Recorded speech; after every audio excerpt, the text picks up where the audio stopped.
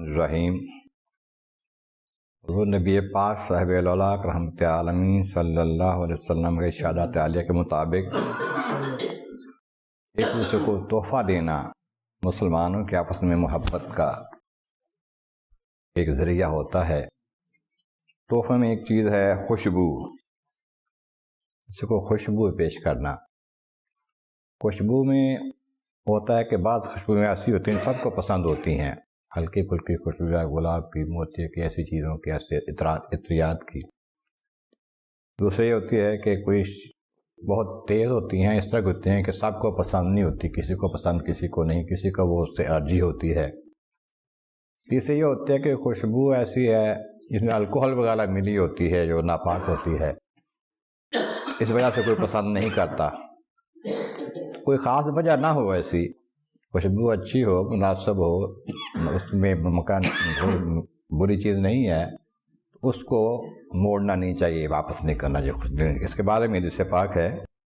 مسلم شریف کی حدیث پاک میں ابو ہریرہ رضی اللہ عنہ سے روایت ہے، فرماتے ہیں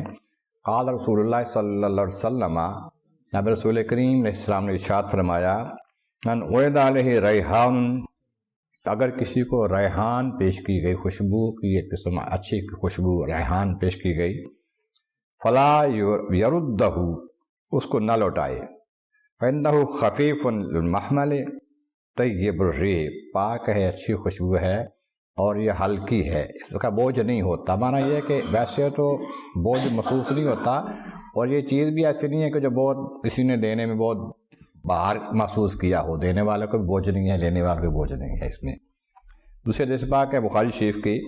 انس بن مالک رضی اللہ عنہ سے روایت ہے، کہتے ہیں ان النبی صلی اللہ علیہ وسلم کان لا یرد الطیب،